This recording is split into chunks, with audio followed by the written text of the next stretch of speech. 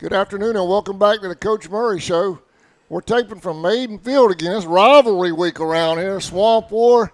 Maidens got Irwin in town. That's a big rivalry. It's just all kind of stuff going on this week, Coach Murray. How you doing? I'm doing fine. I'm excited to be here. I love watching these girls play. They put a lot of effort into playing this game, and they've done well. And unfortunately, their season has been cancellation after cancellation, and looks nice and pretty out here, and looks like we'll be able to get it in. I'm excited to see them play, so I'm glad to be here and doing the coach's show here. Hopefully we'll get this thing in. I was out of town yesterday, and I heard they got another one rained out. And yeah, they did. I don't even think they made the trip yesterday. Yeah. The bus never left. We were at practice, and they never left. I feel bad for him there. I think Coach Baxter set a record for games he's got to make up. There must be about 11 or 12 It happens. You know, I'm back in my old baseball days years ago when I first started coaching. I was head baseball coach, and I had to deal with that weather, and it can be a crapshoot, you know. So and that's what they've been dealing with, unfortunately. Well, it's all kind of stuff going on. Irwin's here. That's always a great game between the Maidens. Anything between us and Irwin is a rivalry nowadays for the last 4 or 5 years, it seems like. But, Coach, we want to talk about Tift area last week. Well, we did a job on them. We dominated the first half. They came out on fire a little bit in the second half. Then we put that fire out, scored a few more touchdowns. Yeah, overall, like I told the kids after the game, we kind of made it wrong or right. I felt like, we messed around and lost that game last year that we shouldn't have. But not taking anything away from them, they're well coached and they play hard, and they scared me all week about the way they do things. And we started out pretty fast and we kept it going. And third quarter, they got us.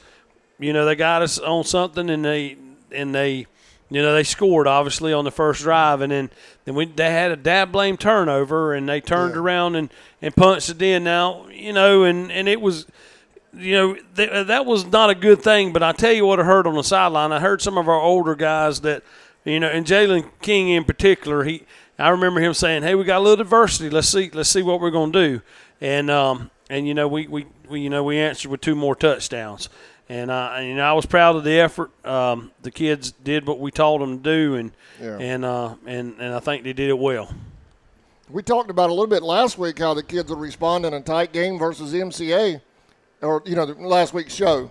Yeah. And they did it again this week with Tift area making a comeback. Score got tight, but the Indians never let up. Responded to it again.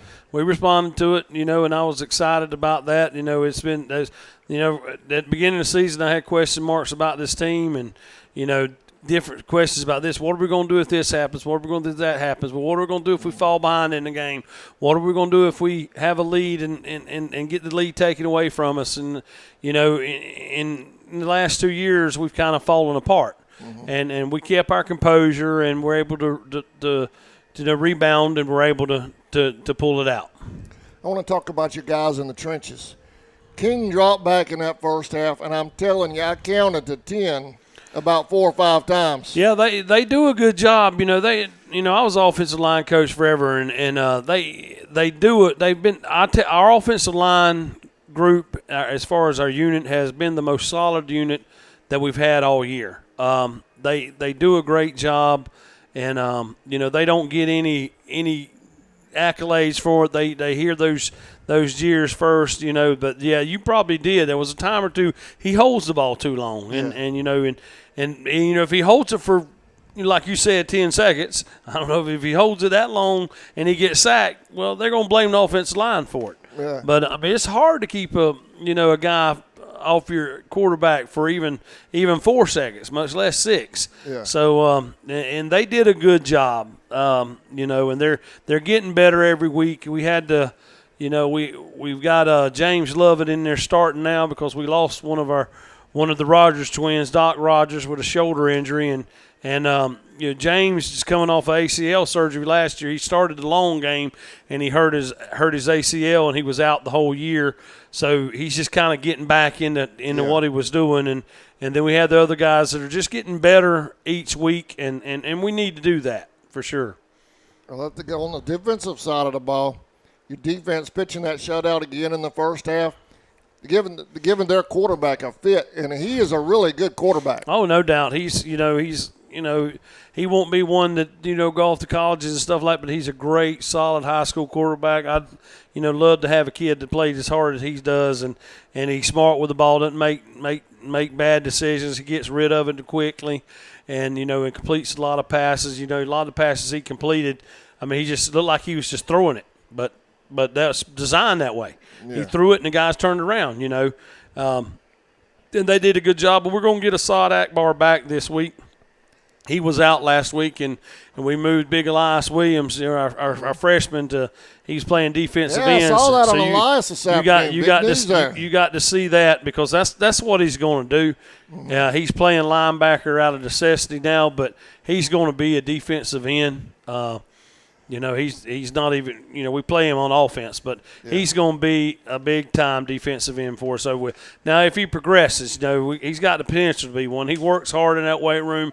Great kid. I mean, it's just going to be unreal how he. I mean, 6'6". It's going to be unreal how huge he is. Hopefully, by the time he graduates from here in 2025. He fills that 6'6" out. He's going to be an LT for the Indians. I tell you, he's going to be something now for sure. You've got some stats right there, Coach. These are CSN's unofficial stats. From they look about right. I mean, Jalen Lilly had another 130 plus, or had another 100-plus performance. He rushed for 18 times for 134 yards, and he got 2 TDs. And he also had 12 tackles on defense. Yeah. So, he was a player of the week last week with a 9-1-2. He had better stats this week, and Jalen King rushed for another 100 yards. So I think we rushed for 250-something yards. Between those two, we rushed for 200 and right at 30-something. But, we rushed, and that's a compliment of our offensive line. We wasn't really hitting on the passes too much, but our offensive line was giving us what we needed. But Jalen was in. He was 5 for 10. Little short passes, but he's 50%. So we didn't do bad offensively. Yeah. We didn't have a lot of plays, because we knew we weren't going to have a lot of plays, because Tift area they controlled the ball. I think we only had like 38 plays, and when you can. You got to be productive with our 38 plays, and we were. We got 4 touchdowns out of it. So, so to have these stats, King's getting it done with his legs too. Oh yeah, that's right. I mean, that's right. 5 for 10 people see that, but you got to remember he's matching that up with his running. No, that's right. That's right. I mean, and that's all of what in Coach Phillips' game plan. To be able to run him some for sure. And when he hits that open field, when he gets past that second level, man, he has another gear. Well, yeah, it looks like he ain't running that fast, but he's 6'3", so that's why he's pretty smooth. Yeah. All right, Coach. We on special teams. What did you think about special teams the other night? I thought they did pretty good. Oh yeah, well we got all our PATs, which is always a good thing. We punted. I think Jalen punted maybe, I don't know how many times he punted, but I know Wyatt had to punt one time because Jalen kind of banged his knee up one play. We're going to put Sammy on the spot and make sure he has that. I know. I don't see it, but yeah, we did what we were supposed to do as far as punting the ball, the way Coach Phillips likes them to do, and we covered well when they had to punt, and. Special teams were pretty solid. We could have done better on the kickoffs. We had some, it's real. We don't kick it deep, so we had to kick it to a spot. And if we don't kick it to that spot, it's bad news. There was a couple of times we didn't, and we've worked on that this week. Very good, Coach. We're going to take a break, and we'll come back and hit on the next segment. Okay. All right, y'all watching the Coach Murray Show on the Charlton Sports Network. We'll be right back. ESP Specialist in Fabrication is located at 169 Little Phoebe Church Road in Folkestone, Georgia. President Mark Pickering and his employees utilize the latest technology with a skilled workforce to supply customers with the best custom fabrication possible. Serving clients at home and abroad makes ESP a premier employer in Charlton County. For all your specialty and fabrication needs, contact ESP at 912-496-2583 today. They're also on Facebook at ESP Specialist Fabrication. ESP is a proud sponsor of Charlton Sportsnet. Since 2009, Southeastern Automotive Group has been buying for and selling to most of the franchise dealerships in the area. What if you were able to bypass the big dealerships with the big markups? Buy direct from the supplier. Save thousands of dollars on your next vehicle purchase. Have a trade-in? No problem. With used vehicles in such high demand, Southeastern Automotive Group has dealers ready to buy your trade. If Southeastern Automotive Group doesn't have the perfect vehicle for you, using their vehicle locator program, they will have it shipped in without any hassle or haggling you hate. With over hundreds of thousands of cars available at auctions across the nation, your next vehicle purchase is just a click away. They sell them. Go get it. Welcome back to the Coach Murray Show. We were talking about Southeastern Automotive's trucks over there. I got my eyes on one, Coach. Well, go get up there and get it. Alan's got some good vehicles up there. I bought a Explorer from him last summer. They're good vehicles. Tammy would have a cow if I showed up with a new Chevy over there. Well, you need to haul your stuff in it. Yeah. Hey, Coach, it's Swamp War week. So much history between Charlton and Clinch. A lot of it bitter, but it's been a great rivalry for forever. Well, yeah, they went on about a 7-year run winning it, so it wasn't much of a rivalry, but we were able to upset them last year and kind of get some spark back into it. Yeah, we did. We look at them and they look at us, in the past and as measuring sticks on how our programs are. They've won like 6 state championships, maybe 7. They've won a lot more than we have, and we've won our 4, we've played every year, it seems like, since we've had programs, and we've been in the region with them pretty much most of the time, and I don't know what the records are, but they're pretty even overall, and it's Charlton Clinch is a big thing. We had some OTAs this summer, and we were going to go to Ware County, and Coach Strickland up there at Ware County was running. He goes, "Hey, now he goes, well, you can't really come to this because we got you and Clinch matched up." He didn't want that to happen, so he and he's alumnus of Clinch, so he realized what it was too, and Coach Tyson's got a great program over there. His dad put him on the map, as far as state championships, and Cecil Barber kept him going too, and Dickinson, he got those state championships, and Tyson's got a real good program, does a real good job with the kids, and they're eat up with athletes. They're athletically probably better than we are. They're super fast. They scare me to death when I see them on film, and we got a huge challenge ahead of us. Their record, I think they're 1-3, but they've lost to some fine teams, Pierce and Applin and Macon County, and they beat at the time Pelham, who was number 5 in the state, and they just went, and they not only beat them, they I think it was like 40-7. They called the game early because it was getting out of hand. Pelham was real upset, right. And so they can put it on you quick, and they have so many athletes, and they're scary on film for sure.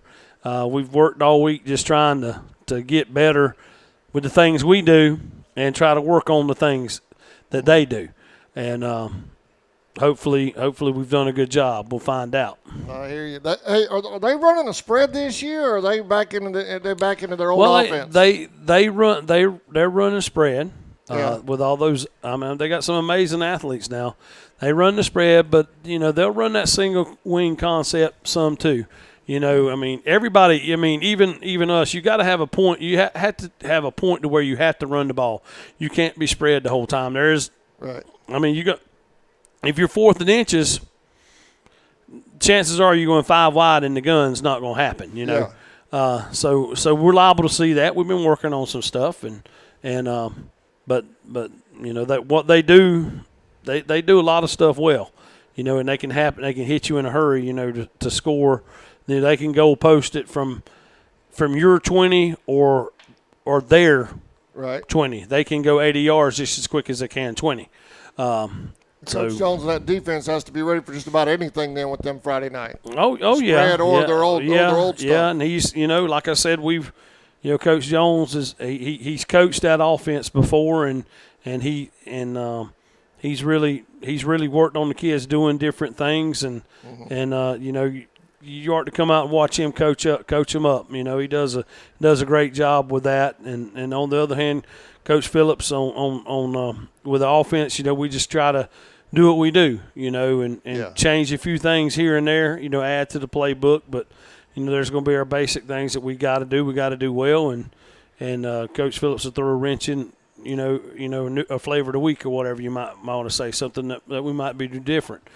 So we've had pretty good 3 days of practice has went well, and you know, I hope they've went well enough, you know, because you know you can I see it being a great atmosphere Friday, you know, this is the first time we've been 4-0 in a long time, and you know, and we're ranked, and it's crazy, but you know,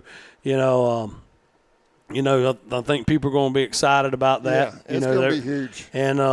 And Clinch is always going to bring a crowd because it's the Clinch-Charlton game, and I'm excited for our boys. I hope we have everybody there making some noise for them. And, you know, it's just going to be a great time, I think.